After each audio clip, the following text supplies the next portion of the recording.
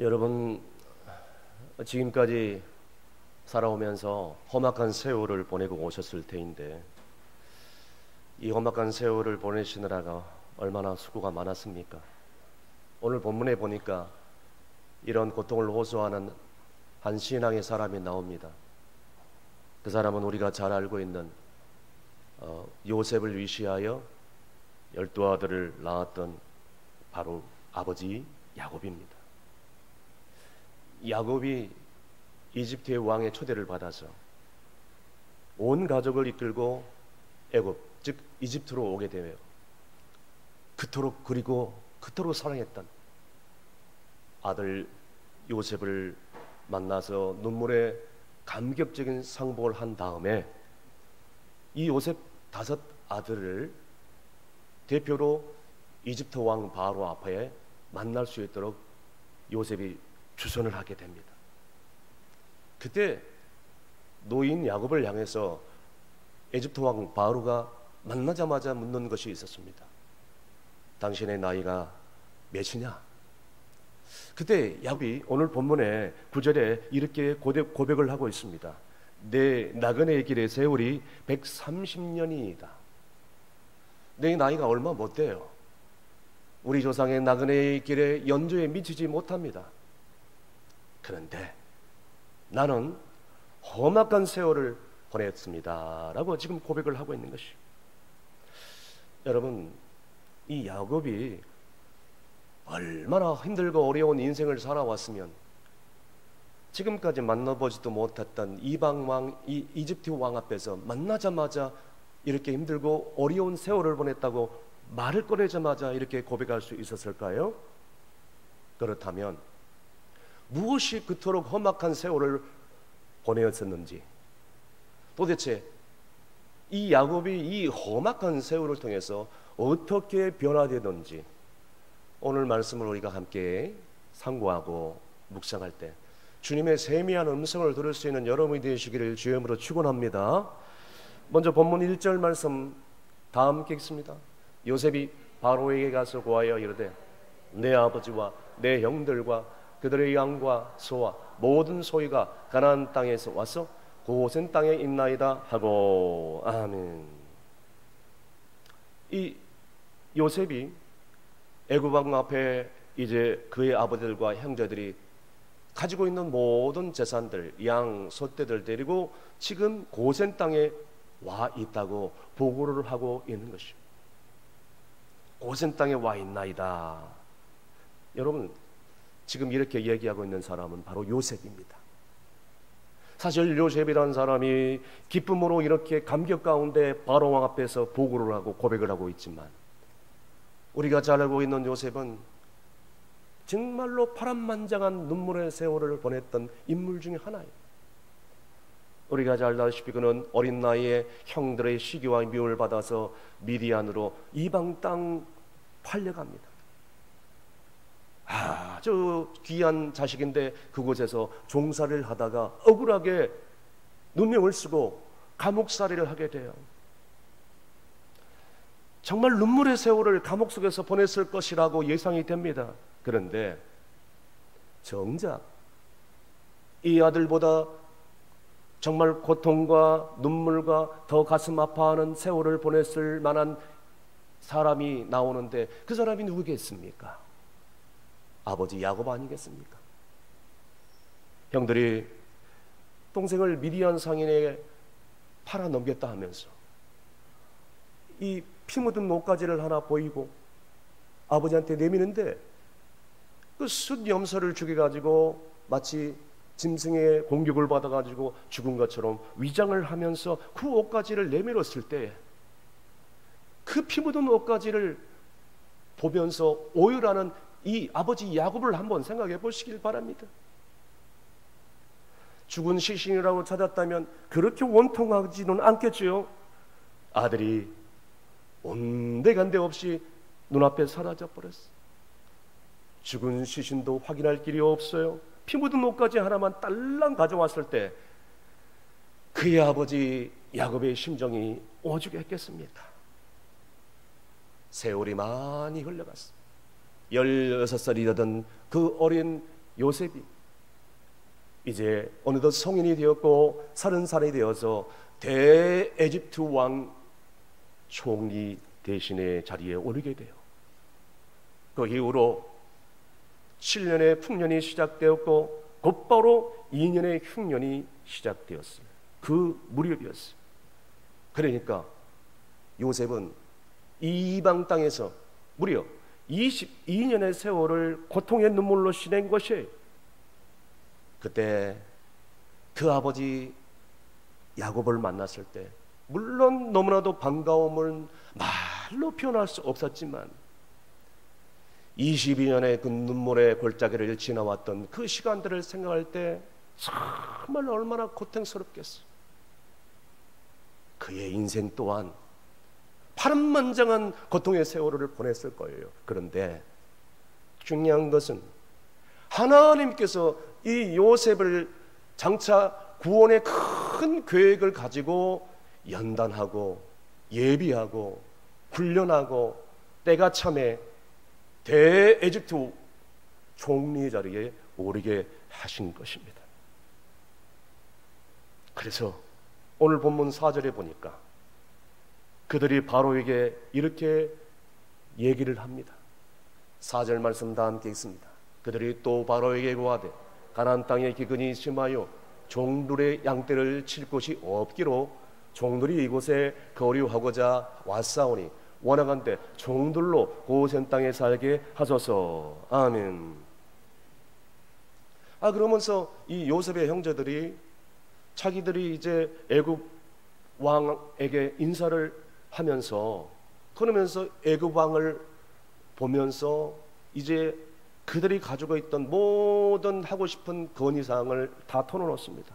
형들이 우리가 살고 있는 가나안 땅에 기근이 들어서 그리나라도 지금 먹고 살기가 힘들고 고통스러운 세월을 보내는데 기근이 2년 동안 흉년이 들어서 살 수가 없었어.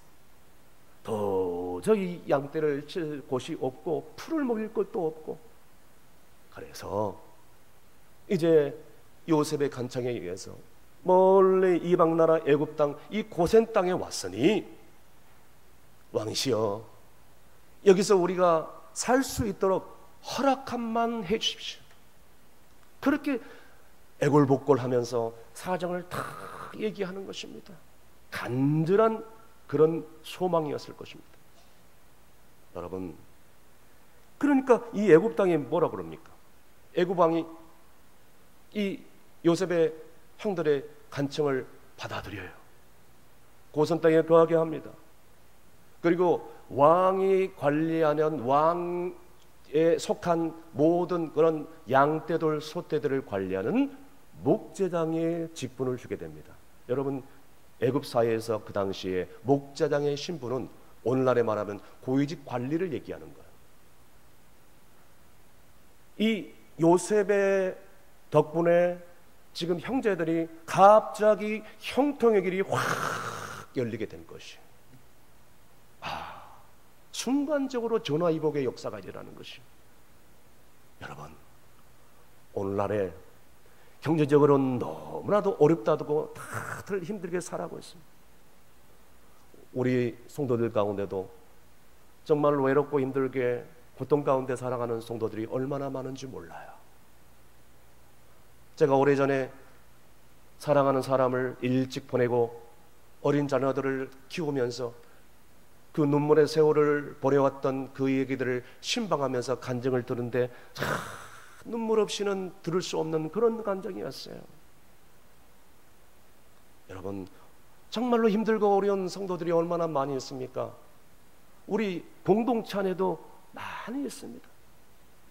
그런데요, 감사한 것은 정말 각 기관에서, 연도에서, 남선교회에서, 구역에서 힘들게 살아가는 성도들을 돌봐주었다, 새가족들을 잘 케어하고 기도해 주었다 하면서 그 성도가 하나님의 성도로서 올바로 설 수 있도록, 예배자로 설 수 있도록 되었다라는 소식을 담임 목사가 들었을 때에 얼마나 기쁨과 감격의 그런 눈물을 흘렸을까요? 말로 표현할 수 없을 것입니다. 그렇게 감동적일 수밖에 없는 것입니다. 여러분, 그러므로 우리는 다들 힘들겠지만 서로 힘들고 어려운 사람들을 돌보고 섬겨야 할 때가 바로 지금 이때예요. 그럼에도 불구하고 경제적으로 어렵고 불신 가족들 가운데 자녀들 때문에, 직장 때문에, 그리고 영적인 문제 때문에 어려움 가운데 있음에도 불구하고 새벽 제단을 쌓으면서 눈물로 간절히 기도하는 성도들을 담임 목사가 바라볼 때 참 얼마나 위로가 되는지 몰라요. 그래서 저는 저 성도에게는 분명하게 하나님의 말씀으로 역사하실 거라는 확신이 들어요. 그래서 저는 마태복음 7장 11절 말씀이 매 순간순간마다 마음에 와닿습니다. 다 함께 읽습니다. 너희가 아까할지라도 좋은 것으로 자식에게 줄 줄 알거든 하물며 하늘에 계신 너희 아버지께서 구하는 자에게 좋은 것으로 주시지 않겠느냐. 아멘. 아무리 악인이라 할지라도 자식에게는 좋은 걸로 주는 거예요. 하물며 하나님께서 우리 자녀들이 구하는 것을 안 주시겠습니까?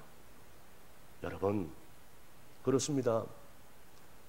우리는 빈손으로 왔다가 빈손으로 갈 수밖에 없는 이 땅에 살고 있지만 이 험악한 세월을 사는 동안에 우리를 통하여 하나님의 뜻과 계획을 이루시고 이 험악한 세월을 보내는 동안에 그럼에도 불구하고 하나님 앞에 나와서 간절히 기도하고 하나님이 주시는 그 계획과 마음을 깨닫고 살아갈 때 지금까지 부족함이 없는 삶으로 저희들을 이끌어 주신 것처럼 앞으로도 계속해서 하나님께서는 우리에게 차고 넘치는 복으로 갚아 주실 줄로 믿는 여러분이 되시기를 간절히 바랍니다. 계속해서 본문 7절 말씀 다 함께 읽습니다. 요셉이 자기 아버지 야곱을 인도하여 바로 앞에 서게 하니 야곱이 바로에게 축복하매. 아멘. 여러분, 이집트 왕은 그 당시에 온 천하를 지배하는 왕이었어요. 그런데 이방 왕입니다. 히브리 문화 속에서 이 이스라엘 사람들 속에서는 이 이방 사람들을 바라보는 눈길이 경멸의 눈길이고 아주 저주의 눈길로 바라볼 수밖에 없었습니다. 왜냐하면 그런 하나님을 모르는 민족이에요. 거룩한 민족이 아닙니다. 우상 숭배하는 민족입니다. 아무리 왕이라 할지라도 하나님의 백성이 아니라는 것이죠. 언젠가는 하나님께 심판받을 수밖에 없는 그런 사람들이었어요. 그런데 보세요, 야곱은 달랐어요. 그 험악한 세월을 통해서 인간을 사랑할 수 있는 마음을 배운 거예요.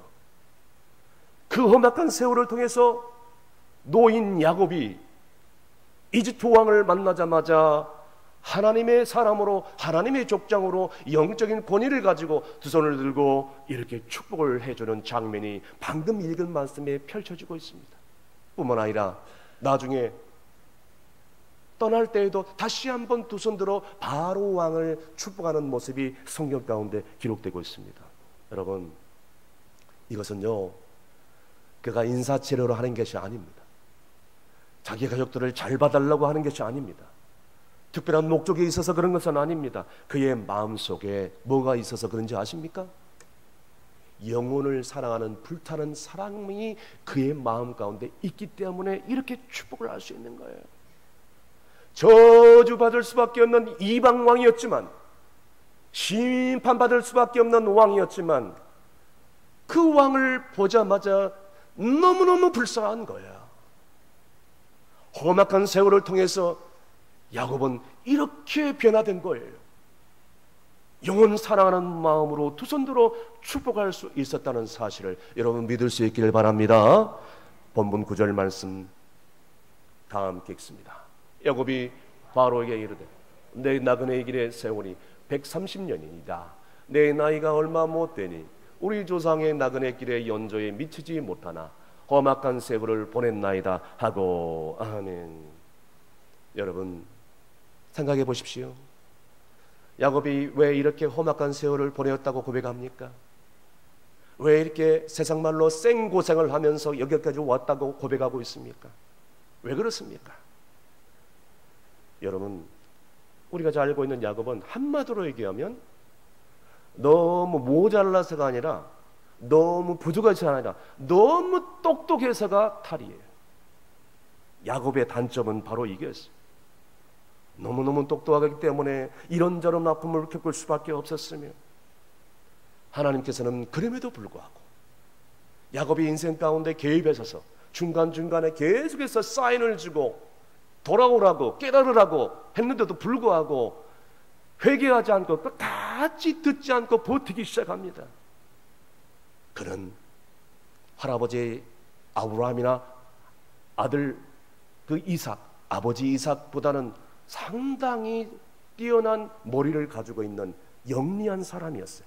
그런데 보십시오, 그 영리함이, 그 똑똑함이 그의 인생에 무슨 도움이 되었나요? 아무런 도움이 되지 않았어요. 여러분, 내가 예수님 믿는 사람으로서 하나님의 마음을 모르고 주의 뜻을 모른다면, 여러분, 이처럼 야곱같이 험악한 세월을 통하여서 연단의 세월들을 보낼 수밖에 없는 거예요. 한마디로 말하면 생고생을 하는 거예요. 혹시 여러분 가운데도 험악한 세월을 지금까지 보내보신 분이 있거나, 지금 혹시 이 험악한 세월을 통과하고 있는 분이 계십니까? 그렇다면 왜 나에게 이런 고통과 이런 연단의 시간을 주었는지 곰곰이 한번 스스로 자문해 보시길 바랍니다. 왜 이런 고난을 주었는가? 왜 이런 시간을 주었는가? 지난날의 야곱의 인생을 살펴보면 아버지 이삭을 속여가지고 장자의 명부를 가로채, 장자의 명부를 팥죽한 것으로 가로채면 장자의 권리와 장자의 축복을 받을 줄 알았는데, 이게 웬일입니까? 집에서 쫓겨나갈 수밖에 없었던 것입니다. 외삼촌의 집에 가서 부지런히 땀 흘려 일해서 많은 재산을 모아봤으나 외삼촌의 이 속임수에 다 넘어갑니다. 속임수가 고수의 속임수를 만나게 된 거예요. 사기꾼이 그보다 월등한 사기꾼을 외삼촌을 만나게 된 거예요. 외삼촌의 아들과 갈등을 일으키고 경쟁을 합니다. 생명의 위기까지 직면하게 됩니다. 그래서 그 순간 외삼촌의 딸 라헬이 눈에 들어오기 시작합니다. 사랑하는 라헬을 위해서 14년의 시간들을 보내면서 결국 아내를 맞이합니다. 그런데 언니 레아와 라헬과 이 삼각 구도의 갈등 관계에 있어서 얼마나 고통의 시간들을 보낼 수밖에 없었는지, 그 당시에 많은 아들을 받았습니다. 낳았지만 그 많은 아들들로 인하여서 정말 배신이라는 고배를 당할 수밖에 없었고, 결국에는 사랑하는 외동딸 이 세겜의 이방 땅에 가가지고 성폭행을 당할 수밖에 없었어요. 그 원수를 갚으려고 아들들이 칼부림을 시작하고 집단 폭행과 살인극을 벌였던 일을 여러분은 아실 것입니다. 무엇보다도 이 12아들 중에서 정말 눈에 넣어도 아프지 않을 만한 이 요셉을 잃어버리고 짐승에 의해서 찢겨 죽은 줄만 알았던 그 20년 동안의 피멍이던 가슴을 안고 살았던 그 세월들, 그 사람이 바로 야곱이었던 것입니다. 한마디로 얘기하면 야곱은 지나온 모든 삶이 정말로 험악한 세월, 말로 표현할 수 없었던 세월입니다. 그러니까 인생의 굴곡을 산 등산으로 따지면 이렇게 롤러코스터를 타고 다니는 그런 굴곡이 심한 그런 인생이었어요. 여러분, 이런 인생을 살아가는 인생이 도대체 얼마나 되겠어요? 야곱이나 되니까 이렇지. 그런데 보십시오, 이 험악한 세월을 보냈던 이 야곱이 변하기 시작합니다. 아하, 나의 인생의 주인은 내가 아니라 내 고집과 내 아집과 내 생각대로 살아가는 것이 아니라 내 인생의 주인은 바로 하나님이시구나. 할렐루야. 내 삶의 주관자인 주인이신 주님, 나를 살기도 하고 나를 죽기도 하시는 주님 하나님, 내 자녀도 내 뜻대로 되지 않는 것, 하나님께 모든 것을 맡겨드릴 수밖에 없습니다 라고 그렇게 고백하며 살아갈 수밖에 없었다는 것입니다. 이제는 비옥한 땅, 고센 땅을 애굽왕으로부터 하사받아가지고 정말 사랑하는 가족들과 함께 지낼 수 있었고, 무엇보다도 정말 꿈에 그리던 사랑하는 요셉, 이 요셉과 함께 이집트에 살 수 있었던 것입니다. 자, 이때부터 야곱은 험악한 세월이 아니라, 힘든 시간이 아니라 복된 시간, 행복한 시간, 평안한 시간, 삶을 살아갈 수밖에 없었던 것입니다. 지금까지는 자기 목적을 달성하기 위해서는 자기의 모든 수단 방법을 가리지 않고 살았던, 장기를 부리면서 거짓말을 하고 다른 사람들을 속이고 다른 사람들을 아프게 하고 이렇게 살아왔던 이 야곱이었지만, 이제는 아니에요. 그가 야곱강 나라 위에서 환도뼈가 부러지는 그 고통과 아픔을 통해서 그가 완전히 변하게 된 것입니다. 하나님의 섭리를 깨닫고 하나님의 마음을 깨닫고 마침내 그 어떠한 사람이라 할지라도 사랑으로 섬길 수 있는 그런 영적인 은혜의 사람으로 회복될 수 있었기 때문에 바로 이러한 복이 가능하게 될 줄로 믿으시길 바랍니다. 서울의 큐티로 유명한 붕안한 교회 우리들 교회의 한 성도 얘기입니다. 이분이 젊은 20대 나이에 박사학위를 받아서 요즘 말하면 엘리트 계층의 그 코스를 밟습니다. 사랑하는 사람을 만났어요. 항공상의 승무원을 만나서 결혼을 하고 15년 동안 대학 교수로서 승승장구의 시간을 보내요. 소위 성공하는 사람 중에 한 사람이었습니다. 그런데요, 보세요, 큰아들이 고2 때 자퇴를 하게 됩니다. 그 순간 집안에 들어가가지고 집에서 나오질 않습니다. 쓰레기로 가득 찹니다. 방안이. 그 안에서 게임을 한가 무언가 하여튼 어두운 방에서 처박혀서 나오질 않습니다. 좀 저러다 말겠지 하는데 무려 7년 동안 학교는 다니지 않고 그 침침한 어두운 방에서 방황의 시간들을 보내게 됩니다. 그런데 이것은 아무것도 아니었어요. 둘째 아들마저 속을 썩이기 시작합니다. 그는 하나님 앞에서 항의하기 시작합니다. 하나님, 왜 이런 아들들을 내게 주셨나요?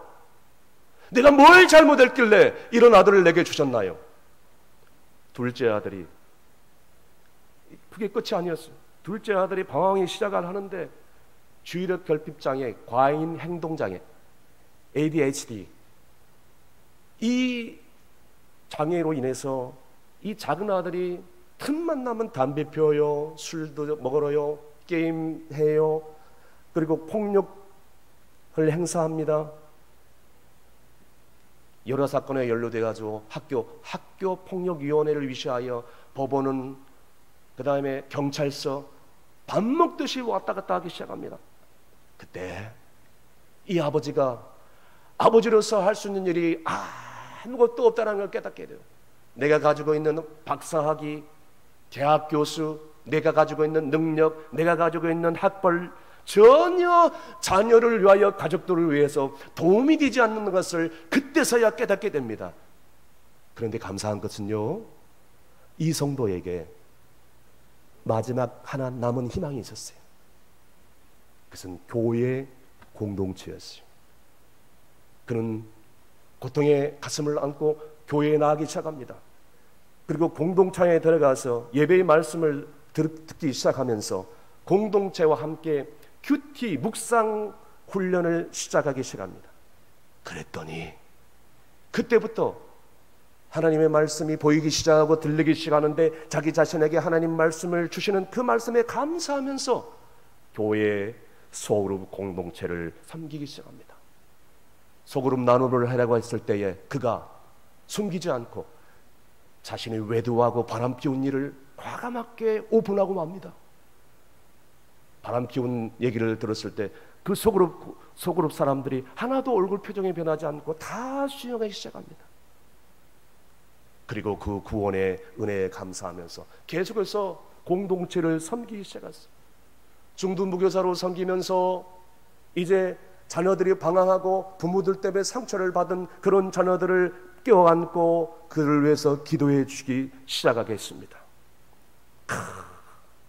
그리고 그 방황하는 고통받는 그 청소년들 앞에 무릎을 꿇고 그 고통을 주었던 부모들 대신해서 자기가 그 부모들 대신해서 회개하고 용서해달라고 눈물로 호소하기 시작합니다.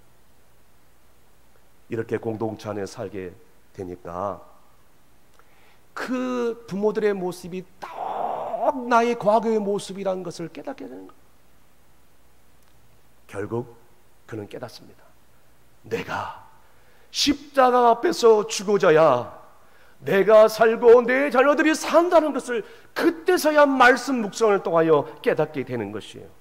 날마다 말씀을 묵상하고 적용을 했더니 그렇게 7년이 지난 어느 날 세상에 드디어 큰아들이 그 어둡고 침침한 방에서 스스로 빛 가운데 나오기 시작합니다.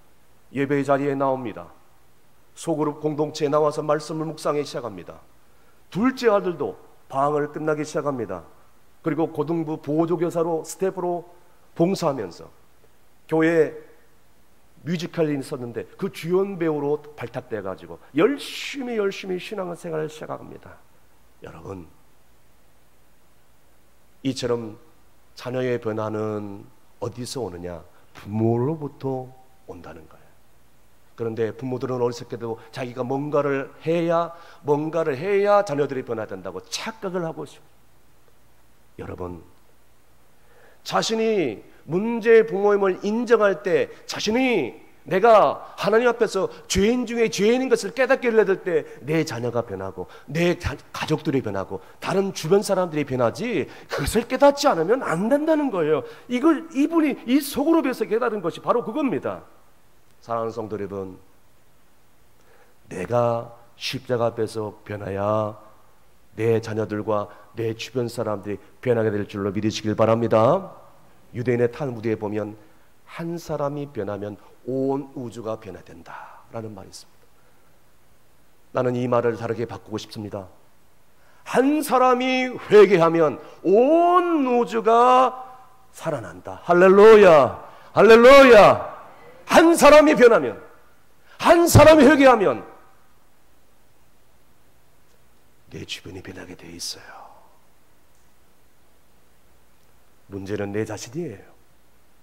문제는 내 자신이 나의 죄성을 깨닫고 나의 구원과 나의 거룩하심을 위하여 내 주변 사람들이, 내 가족이, 내 남편이, 내 아내가, 내 자녀들이 나를 변화시키기 위해서 하나님이 주시는 선물이라는 것을 깨달아야 돼요. 그런데 그 당시에는 그것을 너무너무 고통스럽기 때문에 선물인 줄 깨닫지를 못하는 거예요. 야곱과 같이 험악한 세월을 보내고 나서야, 그때서야 비로소 깨닫게 되는 거예요. 사랑하는 성도 여러분, 믿음의 공동체에서 같이 말씀을 묵상하며 나누는 그 말씀을 통하여 내가 100% 죄인이라는 것을 깨닫게 돼요. 그게 하나님이 주시는 내게 선물이에요. 고난 가득한 내 삶 가운데 주시는 그 놀라운 구원의 역사를 깨닫고 회개하게 되면 나도 살고 남도 살고 가족도 살고 이웃도 살게 됩니다. 동의하시면 아멘 하시길 바랍니다. 따르겠습니다. 내가 죽으면 남도 산다. 더 크게 하시길 바랍니다. 내가 죽어야 내 가족들이 산다. 더 크게, 내가 죽어야 성도가 산다. 교회가 산다. 할렐루야. 이 후한 선물, 당시에는 깨닫지 못했을지라도 이 후한 선물을 야곱처럼 험악한 세월을 보낸 뒤에 주시는 이 놀라운 말할 수 없는 선물을 받아 누리는 여러분이 되시기를 주의 이름으로 축원합니다. 기도하시겠습니다. 사랑의 하나님 아버지, 우리가 지나온 삶을 돌이켜볼 때 너무나도 험악한 세월이었음을 이 시간에 고백합니다. 누가 알 수 있겠나이까? 하나님은 다 알고 계십니다. 그 가운데도 주님이 나와 함께 계셨고 붙들어 주셨기에 오늘 여기까지 오게 됨을 감사합니다. 우리의 인생길을 아무리 험악한 세월을 보낸다 할지라도 이제는 가까이 살아가 있는 가족들을 더 잘 사랑으로 섬기고 이해하고 기다리고 때로는 도움을 주고 도저히 사랑할 수 없는 그 사람까지도 주님의 십자가의 사랑으로 용서하고 사랑하고 야곱처럼 복을 빌어줌으로 인해서 나의 인생 가운데 험악한 세월을 다 이겨내어 하나님의 예비하신 놀라운 복들을 마음껏 누릴 수 있도록 은총을 허락하여 주시옵소서. 예수님의 이름으로 기도합나이다. 아멘.